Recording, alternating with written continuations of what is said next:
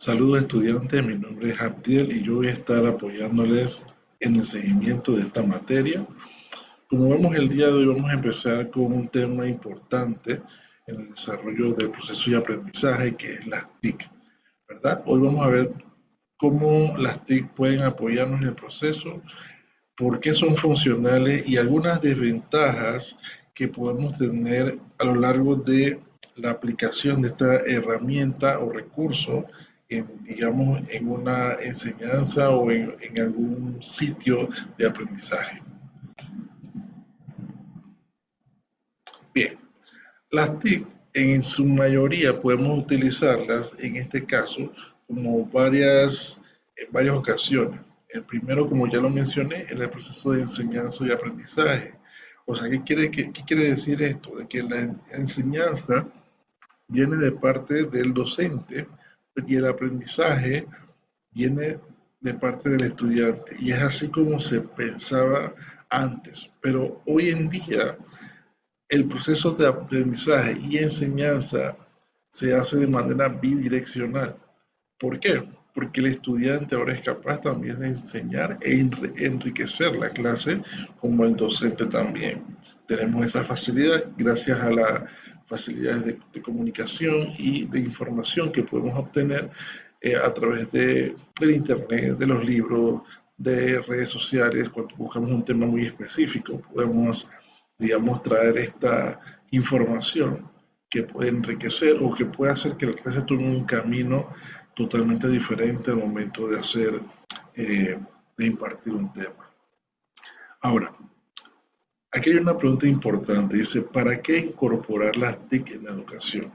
Si bien sabemos que la educación ha cambiado hoy día, en el texto que el docente dé una clase magistral y el estudiante solamente escuche.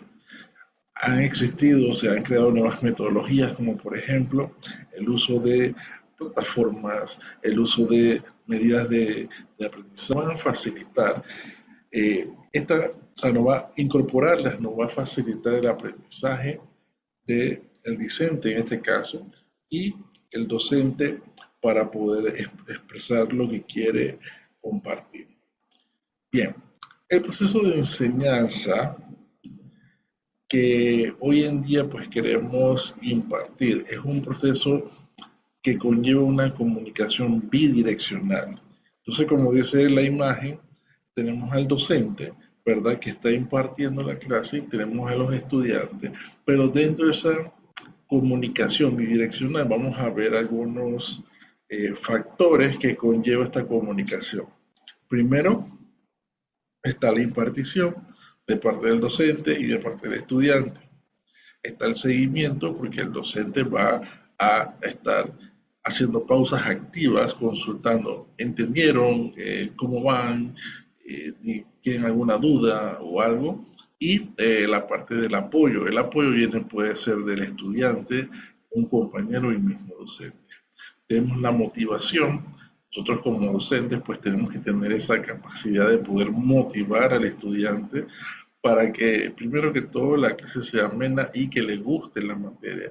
Y por último, la evaluación. O sea, después que él comparte o hace todos estos efectos, factores, la evaluación ya viene siendo la última, digamos, paso dentro de la comunicación. Ahora, para que esto se ocurra, tenemos que utilizar o hacer uso de útiles y material de apoyo. Vamos a ver cuáles son esos materiales y también herramientas de comunicación. Cuando hablamos de útiles y material de apoyo, puede ser, por ejemplo, en el caso de una enseñanza, puede ser libros, puede ser PDFs, puede ser, eh, digamos, algún material, un video o algo que permita que el estudiante pueda tener como una unidad eh, de taller o didáctica que permita que el estudiante se apoye en medio de esa guía si el profesor no está. Ahora, hoy en día hay otras herramientas también que nos permiten ser de material de apoyo. Y esto pues lo voy a comentar. Dentro de ellas tenemos lo que llamamos hoy las inteligencias artificiales. Nosotros podemos, de alguna manera, todo lo que el profesor sabe o conoce, cargarlo a una inteligencia y el estudiante le consulta la inteligencia y la inteligencia solamente le va a responder lo que el profesor le sube como material. O sea, el mismo material que el profesor explica, la inteligencia va a responder en base a eso y de esa manera es un material de apoyo. ¿Esto qué quiere decir? Es como que cada estudiante que tenga una computadora, esté o no esté en el salón, tiene el acceso a consultarle a su profesor 24/7. Entonces, es un avance muy importante, pero a su vez es un material de apoyo que se utiliza en la comunicación. Ahora, en las herramientas de comunicación, pues vamos a depender muchas veces de primero si es sincrónica o si es asincrónica, pero dentro de ellas tenemos la presencial, que es digamos, la herramienta o la manera, digamos, que siempre se ha hecho, donde el estudiante viene a clases, el profesor imparte a través de un tablero. También tenemos la virtual, que es de manera sincrónica, donde ellos acuerdan un horario y el estudiante se conecta a ese horario. Tenemos la asincrónica, que es donde el profesor sube asignaciones, tareas y demás, y el estudiante, mediante el tiempo que tiene, puede verificar entonces qué hacer y cuándo hacerlo. Y tenemos la última que es por teléfono, que no es muy utilizable. De hecho, para el tiempo de pandemia, pues muchos lo que podían hacer era crear grupos de WhatsApp o de Telegram y ahí subir la información. Pero ese es el proceso como tal que conlleva y gracias a la comunicación podemos lograr esto que les he mostrado hasta el momento. Okay, aquí están los tipos de comunicaciones y vamos a ver algunas herramientas en la comunicación. Tenemos la comunicación es unidireccional, que cuando hablamos de unidireccional se refiere que en una sola dirección. Si es de manera sincrónica, tenemos la clase tradicional o tenemos seminarios online. ¿Por qué se define unidireccional? Porque solamente el orador, en este caso el profesor, es el que habla y si él permite que haya preguntas, entonces puede hacerse. Si es unidireccional a través de asincrónica, podemos tener ya sea los mensajes, correo, SMS, eh, tal vez mensajes por ti, grupos de WhatsApp y demás. Y tenemos la bidireccional. La bidireccional son videoconferencias en sincrónica, tenemos discusiones online y teleconferencias. Y de manera asincrónica tenemos lo que a veces consultamos como preguntas frecuentes, foros, digamos, plataformas también que nos permiten que el usuario pues, pueda responder, pero tal vez no en el momento en vivo que el docente hace las consultas. Aquí hay una pregunta muy importante. ¿Por qué integrar las TIC en la educación? Y antes de responderlo, pues es importante también saber qué es TIC. Y las TIC viene de la tecnología, información y la comunicación. O sea, es integrar básicamente tecnología a la educación. Entonces, aquí hay cuatro razones, creo que podría existir muchas más, pero dentro de ellas escogí estas cuatro. Y dentro es incrementar la variedad metodológica, o sea que puede haber un sinnúmero de variedades de metodologías de enseñanza usando tecnología, aumentar la accesibilidad y la flexibilidad, y esto viene cuando son métodos asincrónicos, y la accesibilidad es para que sea accesible para todo el mundo, o sea que tal vez hay una persona con movilidad reducida, tal vez no pueda estar en un salón de clases, ya sea porque hay escaleras o hay algo que impida, o no esté en el país, y de esta manera podemos utilizarlo. Y aquí viene la parte importante, que es promover el protagonismo del alumno. Y esto es lo que se ha querido, pues, integrar. Es importante que el alumno sea el protagonista de la clase. Por eso es que permite la variedad metodológica. O sea, en una clase, en una planificación, digamos, en tiempos pasados no se planificaba pensando en que el alumno sería el protagonista, sino que el docente era quien decía y tenía la única verdad. Pero hoy en día, pues, se trata de eliminar esta parte. Y como último punto, habla de que se quiere mejorar la presentación. Permítame un momento. Mejorar la presentación y la comprensión de ciertos tipos de información. O sea, gracias a la tecnología podemos buscar diferentes ejemplos o maneras de explicar algo utilizando términos en la vida real, utilizando casos de estudio, utilizando, eh, digamos, ejemplos que con caracteres o personajes que el estudiante entienda. Entonces, de esta manera podemos hacerlo utilizando las TIC. ¿Ok? Bueno, otras cosas también es fomentar el trabajo cooperativo, mejorar el trabajo individual, acceder a nuevos entornos y situaciones, optimizar recursos y costes. Y bueno, para hablar de fomentar el trabajo cooperativo, dependiendo cómo lo utilicemos, muchas veces al inicio de una clase, pues los estudiantes en cierta manera pues tienen un cierto eh, individualismo, ya sea porque no se conocen como tal, pero al momento de que integramos tecnología y que el estudiante tiene, por ejemplo, competir con su compañero o trabajar en grupo, pues fomenta lo cooperativo. También a su vez maneja o mejora el trabajo individual porque permite que el estudiante se centre en lo que está haciendo en este caso y al tener muchas actividades de manera tecnológica puede permitir que el usuario, pues en este caso el estudiante, esté, digamos, focalizado o que no esté distraído mientras espera que otros terminen. Cuando hablamos de acceder a nuevos entornos, pues también, digamos, de manera de videoconferencia, podemos ver que el usuario podemos utilizar lo que llamamos realidad aumentada, podemos, digamos, aprender a solventar algunos temas técnicos y demás. Y lo de optimizar recursos y costes, porque principalmente la tecnología con una computadora pues reduce el uso de equipos y materiales físicos y esto nos permite que el usuario, el docente, la escuela, la universidad pueda reducir estos costos.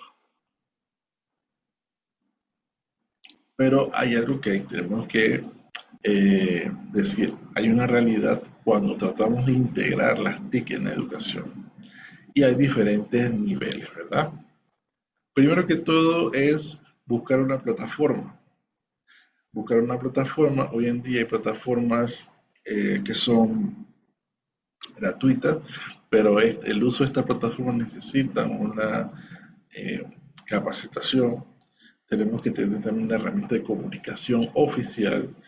Tenemos que tener desarrollo de sitios web con material para el docente que va a utilizar usando las TIC, seminarios virtuales, inclusión de actividades interactivas, o sea, todo lo que, digamos, el docente en este caso tenía de manera física, tiene que pasarlo ahora a una manera interactiva o, digamos, usando las TIC y desarrollarles entornos educativos e interactivos e integrados. O sea, es una realidad que conlleva mucho tiempo y esfuerzo. Ahora, vamos a ver esta tabla que es importante basada en el estudio de Barsing y Associates, donde nos dice según qué recursos, qué valores instructivos nos da cada recurso. Podemos ver que los recursos más altos o que más valor instructivo nos da son los entornos y las actividades. Mientras que las herramientas, las clases, los sitios web, las páginas web, pues prometen un valor entre medio y bajo. ¿Y esto por qué?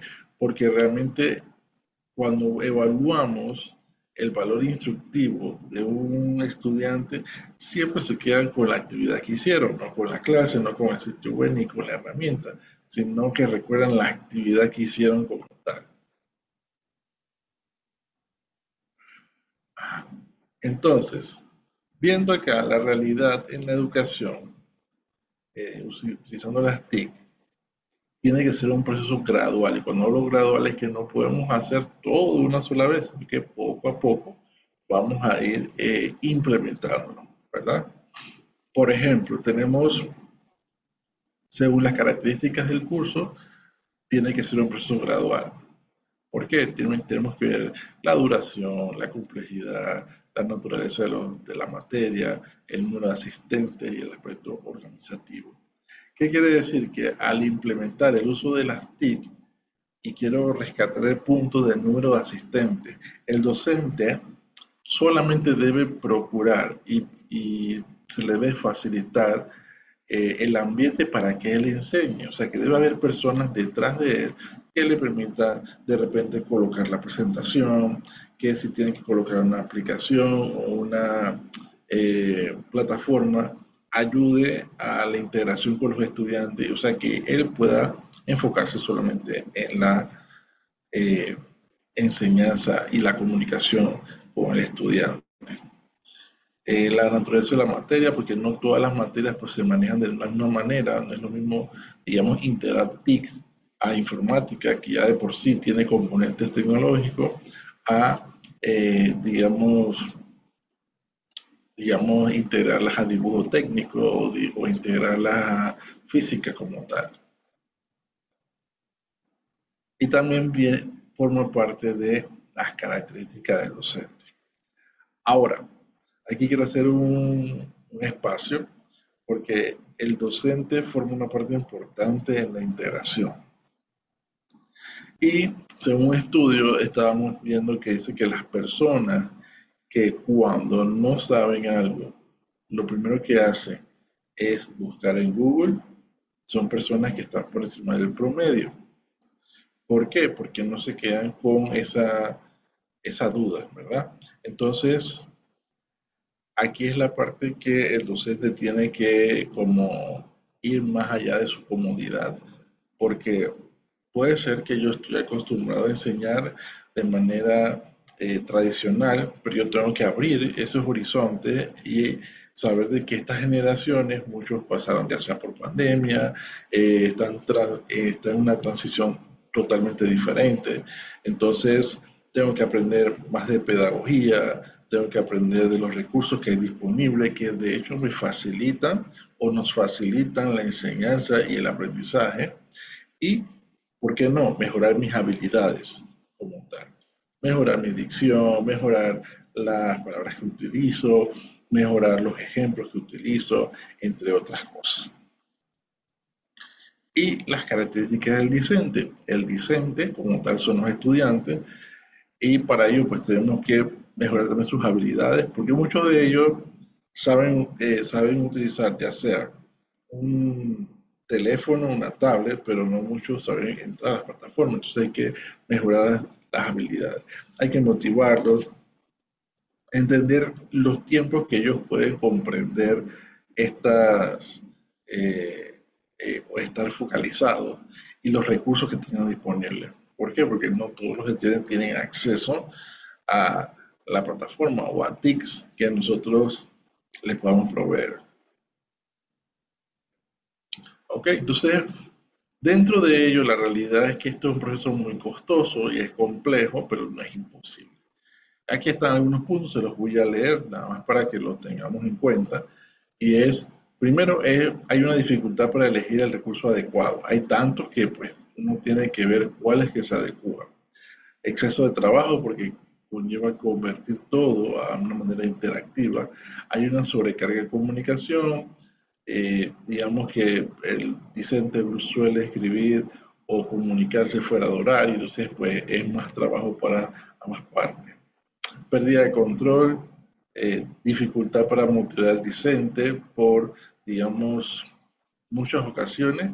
Puede ser que el discente en este caso, pues, eh, al no tener su equipo y serle difícil, es mucho más difícil motivarlo para que pueda entonces hacer parte de la clase como tal. Algunas veces tenemos incapacidad para activar grupos de trabajo cuando no hay motivación y lo más importante es falta de soporte pedagógico o técnico. Cuando el docente está solo y él tiene que ver que todo se escuche, que se vea, que la plataforma funcione, que los estudiantes entren y sobre eso pues eh, hacer su rol de docente. Entonces, este proceso, como bien, es muy bonito cuando ya todo está hecho, pero al hacerlo desde un inicio pues es lo que hace que sea costoso y complejo. Ahora, pero bien gestionado, ya sea con un grupo de trabajo, con un grupo técnico que elija el recurso que se encargue del soporte, es fructífero y gratificante.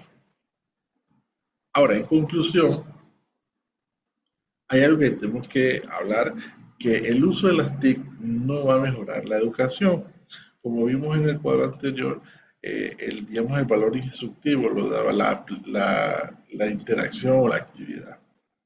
Entonces, se requiere mucho apoyo institucional, o sea, se requiere una gestión para el cambio, se requiere apoyo pedagógico y técnico para docentes y apoyo técnico para discentes. Entonces, de esta manera, cualquier experiencia, en este caso, eh, si está bien planificada y dirigida por objetivos docentes, contribuye a mejorar el proceso de enseñanza, aprendizaje-enseñanza. Y bueno, eso es todo por esta sesión.